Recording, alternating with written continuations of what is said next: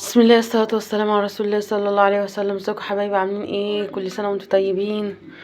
برغم ان الليمون بقى ب50 و60 جنيه، انا جبت كيلو ليمون ايطاليا وقلت اخلله، وجبت اللهم صل على النبي حبة البركة وعصفر، وجبت كيلو ليمون اهوت، وعندنا حبيتين فلفل احمر وحبيتين اخضر، وهخرطهم بقى وهرجع لكم تاني. بس انا خرطت الليمونه كده اهوت، بصوا من هنا ومن هنا، شلت الجنب اللي من هنا ومن هنا دوت عشان ما يبقاش مبذر، واللهم صل على النبي.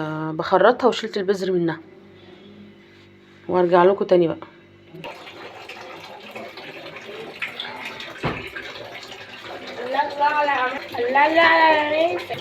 بصوا حبايبي، انا قطعته اهوت كده نصاص زي ما انتم شايفين، وبعد كده شلت منه البذر وقطعته كده، واحط له بقى ان شاء الله ملح، واحط له العصفر وايه، وارجع لكم تاني. بصوا حبايبي ما شاء الله تبارك الله، بصوا قطعنا الفلفل اهوت، ونحط 3 معالق ملح كده اهوت عشان ما يملحش قوي.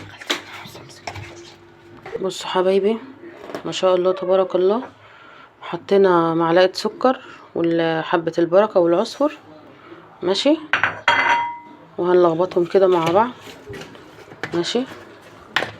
بسم الله ما شاء الله تبارك الله، ان شاء الله هيبقى احلى ليمون معصفر ان شاء الله، اسبوع ويستوي بامر الله.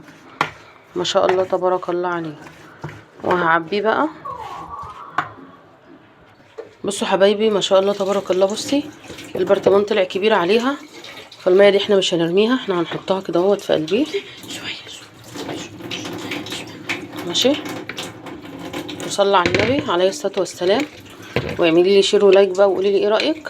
بس احنا مش هنسيبه كده، احنا هنعمل حركه حلوه عشان خاطر الليمون يستوي على طول.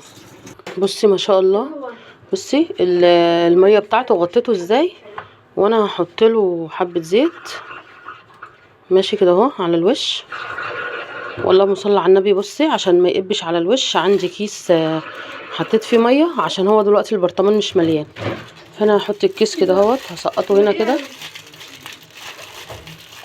ماشي، هسقطه هنا كده عشان ايه يستوي بسرعه. وبصي ان شاء الله لو لقينا الايه طريقه تبقى كويسه، ان شاء الله بقى هنعمل برطمان كبير بامر الله. وكل سنه وانتم طيبين، والسلام عليكم ورحمه الله وبركاته. وقولي لي ايه رايك بقى، وكل سنه وانتم طيبين، ودعمونا بقى باي كومنت حلو منكم كده، ربنا يحسن ما بين ايديكم يا رب. وكل سنه وانتم طيبين، ويجعلوا رمضان سعيد علينا وعليكم يا رب. السلام عليكم ورحمه الله وبركاته.